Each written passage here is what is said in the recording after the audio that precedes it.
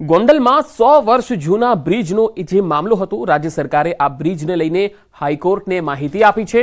રાજ્ય સરકારે નવો બ્રિજ બનાવવા તૈયારી દર્શાવી છે। જૂના બ્રિજની સમાંતર નવો બ્રિજ બનાવવાની તૈયારી છે। હેરિટેજ બ્રિજની જાળવણી માટે પગલાં લેવાશે। 2 વર્ષમાં નવા બ્રિજનું બાંધકામ પણ થઈ જશે।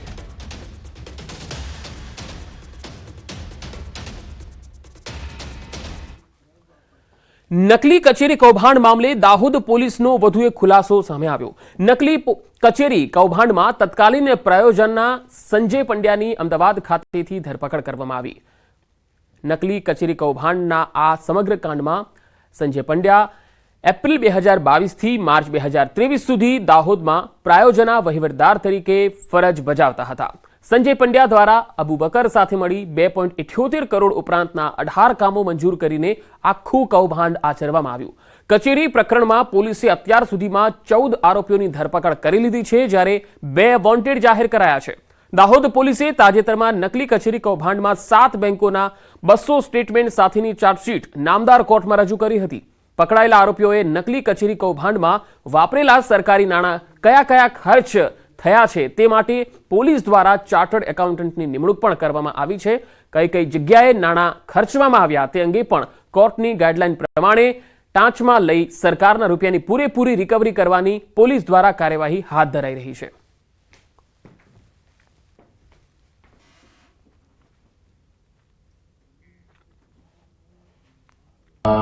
हिस्सा था 2,78,98,000 अप्रोक्सीमेटली इनके सही से गया है। अभी जो तपास चालू है, चार्जशीट खत्म हो गया, उसके बाद भी हमारा तपास चालू है।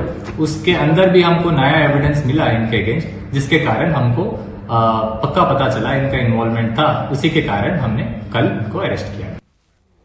સુરેન્દ્રનગરમાં બાળકોનો શાળામાં પૂરવાનો જે મામલો પ્રકાશમાં આવ્યો હતો, બેદરકારી દાખવનાર જે શિક્ષકો છે તેમની બદલી કરાઈ છે।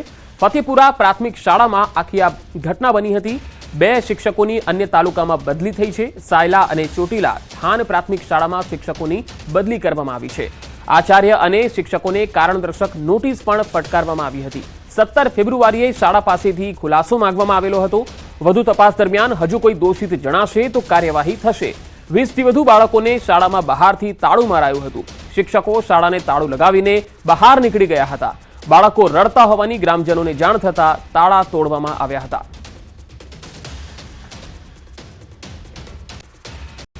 અમરેલીમાં આસરાણામાં શિક્ષક સામે દુષ્કર્મની ફરિયાદ થઈ છે। વિદ્યાર્થીની સાથે સંબંધો બાંધવાનો આરોપ છે। રાજુલાના ડુંગર પોલીસ સ્ટેશનમાં ફરિયાદ થઈ છે। શિક્ષકે વિદ્યાર્થીને ધમકી આપી હોવાનો પણ આરોપ છે। શિક્ષકની ધરપકડ માટે પોલીસે કવાયત હાથ ધરી છે।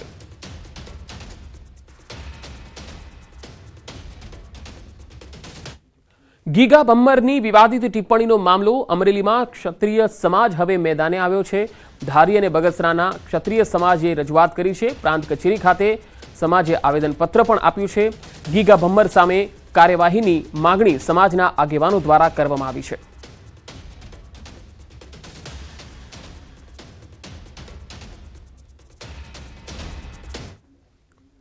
આણંદના સોજિત્રા તાલુકામાં ભૂલકાઓએ શાળા શરૂ કરવાની માંગ સાથે સૂત્રોચ્ચાર કર્યા। ઈસણાવ ગામના ગણેશપુરા વિસ્તારમાં છેલ્લા 3 વર્ષથી પ્રાથમિક શાળા બંધ થતા 25 જેટલા વિદ્યાર્થીઓ પરેશાન થઈ રહ્યા છે। શિક્ષણ વિભાગે 3 વર્ષ પહેલા ઓછી સંખ્યા હોવાનું કારણ આપીને ગણેશપુરા પ્રાથમિક શાળાને તાળા મારી દીધા હતા, જેના કારણે ખેતમજૂરી કરતા અને આર્થિક રીતે નબળા પરિવારના બાળકોનું શિક્ષણ જોખમાયું છે। ગણેશપુરાની શાળામાં અભ્યાસ કરતા બાળકોને ઈસણાવ શાળામાં પ્રવેશ આપી દેવાયો હતો। જો કે નાના બાળકો 2 થી 2.5 કિલોમીટર ચાલીને શાળાએ જવાની ફરજ પડી રહી છે અને તેમાં પણ ચોમાસામાં રસ્તો પર પાણી જ્યારે ભરાયેલા હોય ત્યારે આ બાળકો શાળાએ જઈ શકતા નથી। ત્યારે બાળકોએ ફરી ગણેશપુરા પ્રાથમિક શાળાને શરૂ કરવામાં આવે તેવી માંગણી કરી અને સૂત્રોચ્ચાર સાથે વિરોધ નોંધાવ્યો।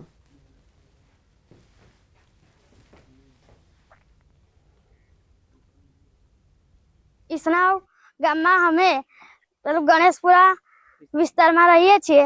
અમારે 3 વર્ષથી ઈસણાવમાં 2 થી 2.5 કિલોમીટર 25 બાળકોને જવું પડે છે, એટલે અમારી ગણેશપુરા સ્કૂલ ચાલુ કરો।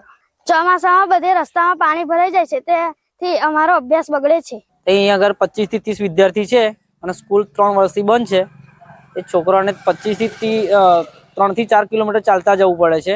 અને પ્લસ બીજું કે ચોમાસામાં રસ્તામાં પાણી ભરાઈ જાય છે તો 1 મહિનો સ્કૂલ એમની બગડે છે, તો વિદ્યાર્થીનું ભણતર ખોરવાય છે. તો સરકારને અમારી અપીલ છે કે જલ્દીમાંથી જલ્દી સ્કૂલ ગણેશપુરાની ચાલુ કરે. હવે એના માટે સર્વ શિક્ષા અભિયાન અંતર્ગત બાળકોને સ્કૂલ ટ્રાન્સપોર્ટેશનની સુવિધા છે. એ સુવિધા એ બાળકોને વાલીઓને મળવાપાત્ર છે.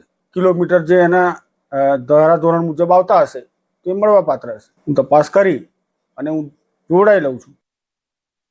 મોરબીમાં રોગચાળાએ ફરી માથું ઉચક્યું છે. મિશ્ર ઋતુના કારણે તાવ, શરદી, ઉધરસ જેવા લક્ષણો સાથે વાયરલ ઇન્ફેક્શનના કેસોમાં વધારો થયો છે. સિવિલ હોસ્પિટલમાં ગત મહિનામાં 978 જેટલા કેસો નોંધાયા હતા, જ્યારે ચાલુ માસના 22 દિવસ દરમિયાન 791 જેટલા કેસ હાલ નોંધાયા છે.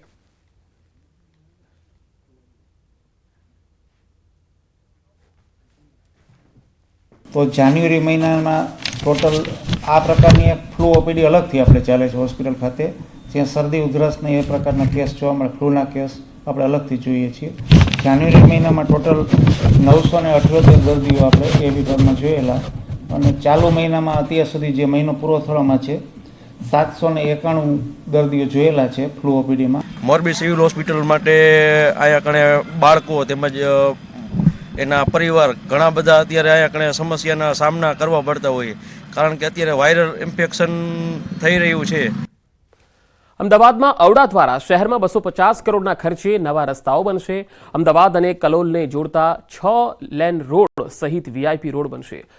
ઔડાને વર્ષ 2022-23માં 957 કરોડની આવક થઈ, જે પૈકી પ્લોટ અને દુકાનના વેચાણથી 350 કરોડની આવક થઈ. પ્રદૂષણમાં ઘટાડો, વૃક્ષો અને પ્રાણીઓના જતન માટે 5 કરોડના ખર્ચે બાયોડાયવર્સિટી પાર્કનું નિર્માણ કરવામાં આવશે. તો સેલા, સિંગરવા જેવા ગામોમાં નર્મદાના નીર પહોંચાડવામાં આવશે. ઔડા શહેરમાં વિકાસ ઇન્ફ્રાસ્ટ્રક્ચર ડેવલપરની કન્સલ્ટન્ટ તરીકે નિમણૂક કરવામાં આવશે.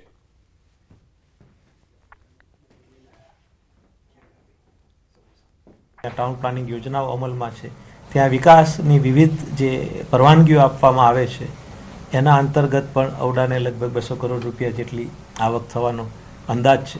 આ મળી અને લગભગ કુલ 1705 કરોડ રૂપિયાની આવક, અને એની સામે આપણે 1625 કરોડ રૂપિયાનો ખર્ચ કરીશું.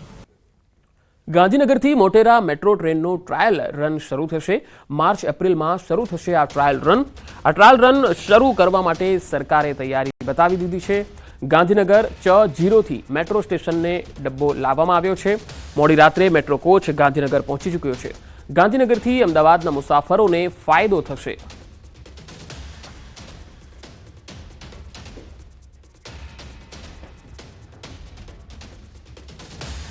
આગળ વધુ સમાચારો પર નજર કરીશું. હાલ રોકાઈશું એક બ્રેક માટે.